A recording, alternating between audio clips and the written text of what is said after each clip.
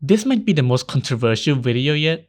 So I've been seeing a lot of rather controversial posts dunking on the Honkai story as of late. As if any responsible person, I spend what little free time I have browsing Reddit for happy chemicals, even though the opposite usually happens. These posts generally follow the idea that the recent chapters, namely the Moon chapters, was a train wreck, specifically in terms of presentation and also translation, but I'll only be talking about the former because I don't speak Chinese. People has been going back and forth in all the posts, both in support and against the notion.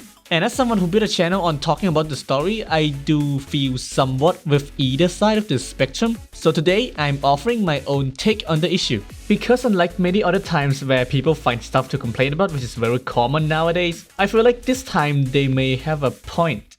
Put away your pitchforks, let me explain myself. To best understand the core of the arguments, I feel like we should look at the things that make up the Honkai story. It set itself up as a cute girls doing cute things type of story, like there's a group of cute girls fighting extra dimensional baddies. Seems simple enough, but it's also a shonen story, in a sense of it being focused on action, adventure, and fighting. A bad guy comes around to cause trouble and the girls go and defeat them. After that, they are off to the next one. And lastly, is the story being rooted in religious, scientific, and mythological concepts.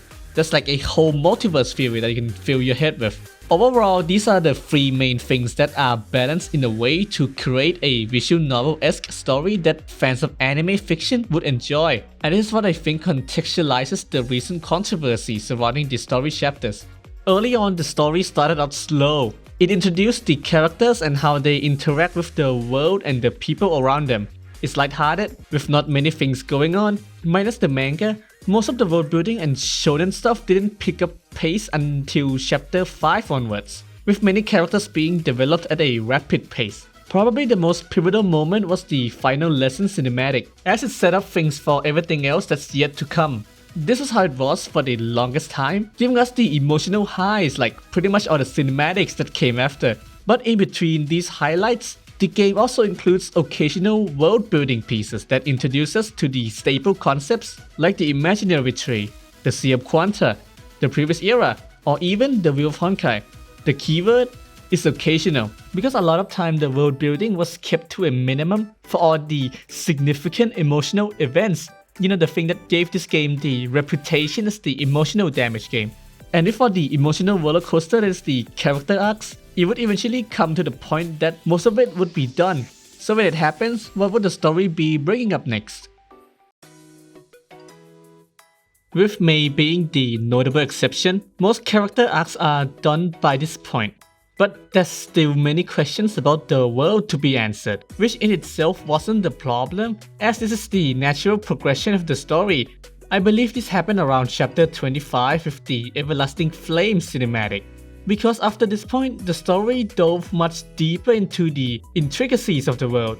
Things like manipulating the flow of time with the imaginary tree to create an alternative timeline. How Alicia made later Hershey's able to break free from the usual killing. And now whatever the hell the Honkai actually is. But it starts becoming a problem when the game goes way too hard on it. This might be a subjective thing to define, but hear me out, okay? Normally the game hand waves the world building and then move on to the stuff happening, which was the people and the happenings in the relationship. But now when there's barely anything left to move on to, it overexerts the world building to the point that it numbs the entire experience. And it only seems to become a problem more or less these past few chapters. Take this one time in the recent chapters when the Valkyries got stuck in an infinite corridor and needed to get out. We have Schrödinger going on a massive tangent on the nature of the world along with its relationship with the Hershey's and the Stigma Awakened. This is followed by Durandal philosophical episodes that's trying to say a simple premise. The Hershey's and the Stigma Awakens are fundamentally different and are like polar opposites, and the space is using the fact to trap them there. So that's it, right? Way too much lore? Not quite, because it has somewhat always been like this. The game's story by design is a text-heavy visual novel-esque style, with other forms of medias like the mangas and the actual visual novel side to it. I read the visual novel and I feel this is kind of similar, but at least there was an optional thing. Basically, information is being shown to us in a massive volume for an extended period of time with very few notable breaks in between, which gives the impression of it being rushed. And this is what I think takes the mental strain on people. To this, some people might say this is a skill issue on the part of the player's intelligence, which is like saying that this thing they think is too good and complicated didn't do as well as it should because the average Joes wasn't able to recognize its value and appreciate it. And I do not think it's right to put down their genuine complaints to just a limited mental capacity on their end, or to a desire to just hate. Because just think about it, if either of these were true, they would have quit it long ago. Let me give you an example using a franchise that Honkai reminds me a lot of, Tuaru. A story just like Honkai that is set on religious, scientific, and philosophical principles. That is also its own massive rabbit hole. Just like Honkai, Tuaru has many forms of medias for us to consume. The story goes hard on the shonen front with the lore used to enhance the fight scenes, like why a power to control electricity can interfere with the powers to control electrons. Sometimes you get the deep lore bits, like how this tower in the world represents the Tower of Babel or something. So if you have a lot of free time, you go search it up and piece together the connections, and that is fun. It really takes the focus away from the story for too long and they keep it concise. All I know, I think there needs to be a middle ground between the PhD thesis level explanation and the basic things that just happens and don't need a whole segment explaining it at the expense of other things. Something I think the recent chapter struggled very hard on, because unlike last time, there's just not much character arcs or developments left to fall back to. A lot of long-winded explanations that didn't necessarily translate into things happening.